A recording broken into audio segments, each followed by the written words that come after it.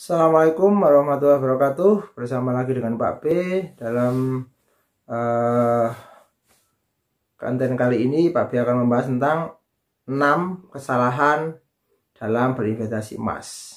Jadi ada 6 kesalahan dalam berinvestasi emas. Oke, sebelum Pak B bahas, jangan lupa like, subscribe, dan komen. Karena like, subscribe, dan komen akan membantu mengembangkan channel Pak B dan memberi semangat Pak B untuk berbagi ilmu seputar investasi emas dan investasi yang lainnya. Oke, tidak berlama-lama, mari kita mulai. Yang pertama adalah 6 kesalahan investasi emas. Yang pertama adalah tidak punya tujuan investasi. Jadi hanya ikut-ikutan, misalnya mau buat apa tidak terencana, sehingga nanti suatu saat harganya turun atau dalam jangka pendek itu turun, nanti akan mengalami masalah karena tidak punya tujuan investasi. Harusnya mempunyai tujuan investasi. Contohnya mau digunakan untuk daftar haji, umroh, biaya anak sekolah, bangun rumah, beli rumah, atau digunakan untuk usaha dan sebagainya. Itu harus punya tujuan investasi. Kesalahan pertama adalah tidak punya tujuan investasi. Yang kedua adalah membeli perhiasan emas untuk investasi.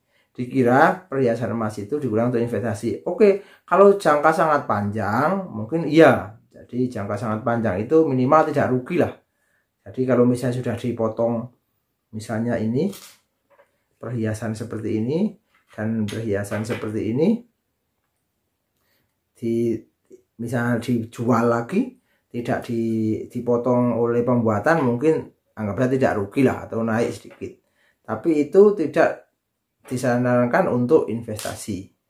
Nah, jualnya harus ke toko yang pas kita beli. Itu pertama, wajib harus ke toko yang pas kita dulu beli. Yang kedua, surat-suratnya harus lengkap. Yang ketiga, dipotong biaya pembuatan yang kalau rumit semakin tinggi, kalau simpel berarti semakin rendah dalam biaya pembuatan emas perhiasan tersebut. Yang ketiga, kesalahan yang ketiga adalah membeli emas dari sumber yang tidak jelas. Contoh MLM yang tidak jelas, trading, kita tidak tahu kantornya di mana, tempat apakah punya emas benar atau tidak, dan lain sebagainya. Yang saya adalah gambling itu ya tetap beli gitu aja. Kalau misalnya ada penawaran yang murah, beli. Itu adalah sangat berbahaya karena emas itu sudah ada patokannya, sudah dirilis tiap hari oleh Antam atau pihak Pegadaian, itu rilisnya harganya sudah stabil. Nah, nanti kalau tiba-tiba ada harga pada saat di pasarannya harganya 1 juta, kok ada yang menawarkan 600, itu perlu dicurigai. Karena jangan-jangan emas itu palsu atau yang lainnya. Oke. Yang keempat adalah tidak cek harga. Harusnya kalau mau beli emas itu cek harga hari ini dan harga sebelumnya. Apakah turun atau naik. Jadi pada saat hari ini beli itu apa turun atau naik. Kalau sifatnya atau tujuannya digunakan untuk investasi, itu nggak masalah. Mau beli, mau turun, mau naik. Yang penting sudah pernah Pak B share itu tentang konsistennya. Jadi misalnya beli tiap bulan, ya sudah, mau naik, mau turun, mau stabil, pokoknya beli tiap bulan. Mau secara uang yang tetap atau gram yang tetap, misalnya 2 juta, 2 juta, 2 juta per bulan, atau 2 gram, 2 gram, 2 gram per bulan, semuanya baik. Tapi kalau tidak cek harga hari ini dan sebagainya, itu adalah kesalahan dalam berinvestasi emas. Karena ini kita digunakan untuk investasi, digunakan untuk membeli masa depan dengan harga hari ini, membeli masa depan dengan harga hari ini. Oke, yang kelima adalah membeli emas tidak bersertifikat. Misalnya membeli dari orang, katakanlah sertifikatnya nggak ada, tapi orang itu mau ini emas beneran, ini emas Antam, ini emas apa, tak perlu hati-hati. Karena apa?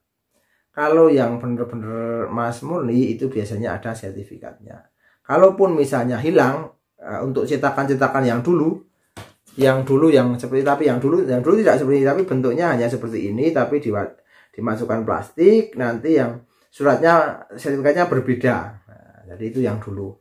Terus suratnya hilang, itu harus dicek dulu ke Pegadaian atau ke Antam, apakah benar-benar tadi yang tidak ada sertifikatnya itu adalah emas murni 24 karat atau 99,99%. Oke. Yang keenam adalah menyimpan sembarangan tempat. Nah, itu juga kesalahan.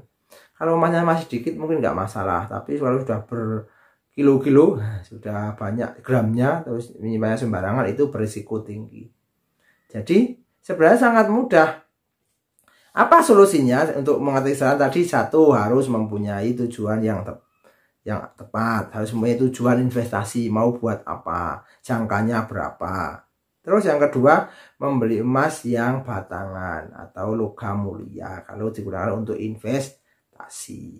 Terus membeli emas dari sumber yang jelas. Tapi sudah berkatakan kalau bisa dari Pegadaian, kalau mau yang fisik Galeri 24, kalau mau yang tabungan emas galeri, kalau mau arisannya silahkan, atau beli di PT Antam atau di Bank Syariah dan lain sebagainya. Nanti akan Pak B bahas tentang tempat-tempat yang aman untuk membeli emas batangan atau emas. Oke, terus yang hanya adalah harus mengecek harga, dicek harganya. Kalau pas turun beli. Sifat atau strategi investasi itu pada saat turun beli, pada saat harga naik jual. Itu adalah untuk profit taking atau mengambil keuntungan.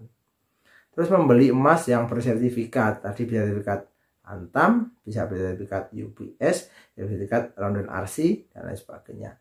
Yang terakhir adalah menyimpannya harus rahasia, harus aman. Kalau sudah mau banyak bisa beli berangkas ataupun nyewa berangkas di bank-bank yang sudah mempunyai berangkas untuk menyimpan harta kekayaan kita.